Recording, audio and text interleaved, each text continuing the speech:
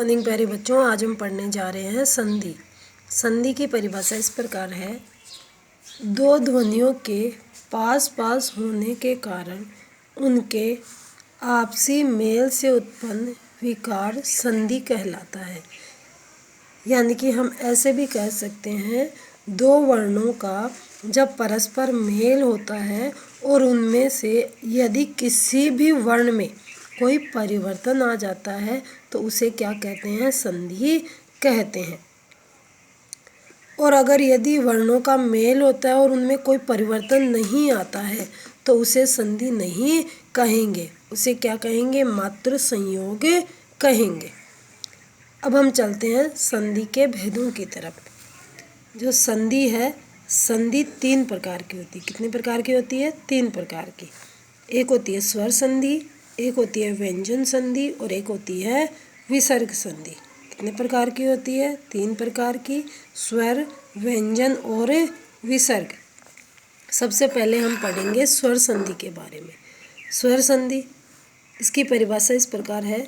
दो स्वरों के पारस्परिक मेल से, यानी कि स्वर संधि में क्या होता है? सिर्फ स्वरों का ही मेल होता है। दो स्वरों के पारस्परिक मेल से उत्पन्न होने वाले विकार अथवा परिवर्तन को क्या कहते हैं? स्वर संधि कहते हैं। हम ऐसे भी कह सकते हैं, जब किसी स्वर वर्ण के साथ किसी स्वर वर्ण का मेल होता है तो वहाँ स्वर संधि मानी जाती है। और जो स्वर संधि है वो कितने प्रकार की होती है? पांच प्रकार की। कितने प्रकार की?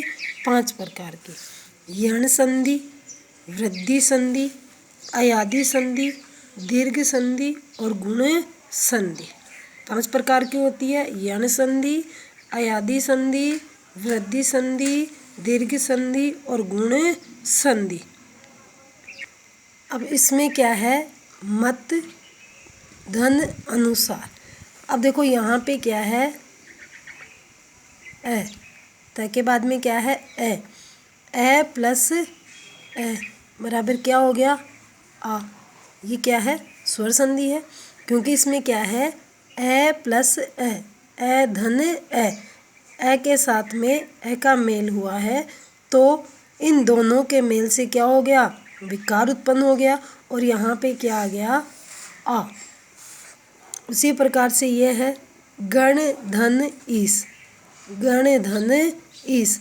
अब देखना, ए धन ई, ए धन ई, तो ए के साथ में, ए स्वर के साथ में ई स्वर मिला तो क्या हो गया? ए। यानी कि इन दोनों के मिलने से क्या हो गया? यहाँ पर विकार आ गया। उसी प्रकार से पर धन उपकार। अब यहाँ पे क्या है? ए धन उ, ए धन उ, ए धन क्या है? उ। तो ए के साथ में उ मिला तो क्या बन गया? ओ। यानी कि इन दोनों के मेल से क्या हो गया? इन दोनों के मेल से क्या हो गया? विकार उत्पन्न हो गया। और विकार उत्पन्न होके क्या बन गया? ये ओ बन गया। यहाँ पर क्या बन गया? मत धन अनुसार, मतानुसार। यहाँ गण धन ईश, गणेश। पर धन उपकार, परोपकार। सबसे पहले हम पढ़ेंगे अयादि संधि। अयादि संधि में क्या होता है? ए, ऐ, ओ, औ। इनके बाद में यदि कोई असमान स्वर आए, असमान का मतलब होता है ए, ऐ, ओ, औ के अलावा कोई भी स्वर, जैसे हम कह सकते हैं ए, आ, ई, ऐ, उ, औ। इनमें से अगर ए, ऐ मतलब पहले क्या है? ए, ऐ, ओ, औ। इनके बाद में अगर इनमें से कोई भी स्वर आ जाए, इनमें से कोई भी स्वर आ जाए तो इनके तो क्या होता है? ए के स्थान पर अगर ए, ऐ, ओ, औ के बाद में अगर ए, आ, ई, उ, औ है तो ए के स्थान पर क्या हो जाएगा? ऐ हो जाएगा। ऐ के स्थान पर आय हो जाएगा। ओ के स्थान पर औ हो जाएगा और औ के स्थान पर आवे हो जाएगा। जैसे चाय है, चाय है तो चाय के सर्वप्रथम हम क्या करेंगे, टुकड़े करेंगे।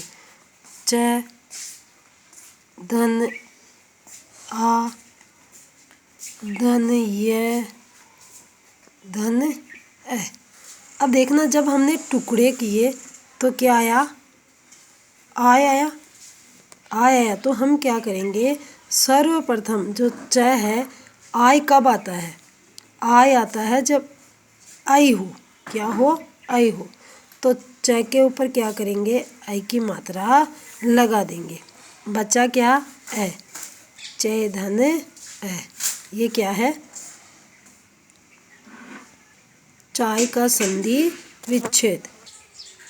जैसे शयन है, अब शयन में हमें समझ में नहीं आ रहा है कि इसके टुकड़े कैसे किए जाए, संधि विच्छेद कैसे किया जाए। तो हम सबसे पहले क्या करेंगे, इसके टुकड़े करेंगे। श, धन, ए, धन, य, धन, ए, धन, न, धन, ए। अब देखना, अब यहाँ पे हमें क्या मिला, आई। क्या मिला, आई।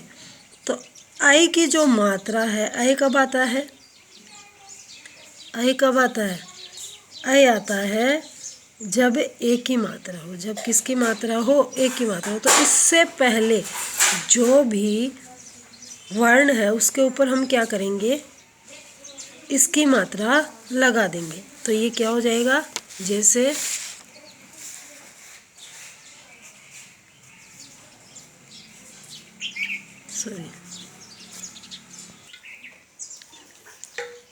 शे, क्योंकि ये किसकी मात्रा होती है, ए की। ए होता है, ए के बाद में कोई भी स्वर आ जाए, ए के बाद में क्या है, ए है। तो कोई भी स्वर आ जाए तो क्या हो जाएगा, इसमें क्या हो जाएगा, ए की मात्रा लग जाएगी। और उसके बाद में जो भी स्वर या व्यंजन या जो भी शब्दांश या शब्द जो भी बचा है उसको इसके बाद में लिख देंगे। तो क्या बच गया, ए बच गया, और क्या बच गया, न। क्या बच गया, न। तो इसका संधि विच्छेद क्या हो गया, से, धन, अन। से, धन, अन। उसी प्रकार से नायक है, नायक में हम क्या करेंगे, न, धन, आ, धन, य, धन, ए, धन, क, धन, ए।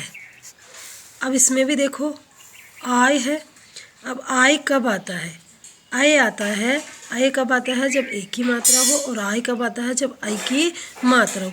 तो इसमें क्या हो जाएगा, न के ऊपर क्या हो जाएगी, आई की मात्रा लग जाएगी। आई की मात्रा लगने के बाद में जो भी बच गया, क्या बच गया, ए और क्या बच गया, अक बच गया। तो नई, धन, अक। ये क्या हो गया, नायक का संधि विच्छेद। उसी प्रकार से पवन है, पवन का भी हम ऐसे ही करेंगे। कैसे करेंगे पवन का, प, धन, ए, धन, व, धन, ए, धन, न, धन, ए। अब देखना, अब आ गया। तो पै के ऊपर क्या करेंगे, अब कब आता है, जब ओ की मात्रा हो। जब किसकी मात्रा हो, ओ की मात्रा हो। तो इसमें हम क्या करेंगे, पै के ऊपर ओ की मात्रा लगा देंगे। धन, इसके बाद में जो भी आता है उसको क्या कर देंगे, धन के बाद में लिख देंगे। ए और क्या बच गया, न। तो पो, धन, अन। पवन का संधि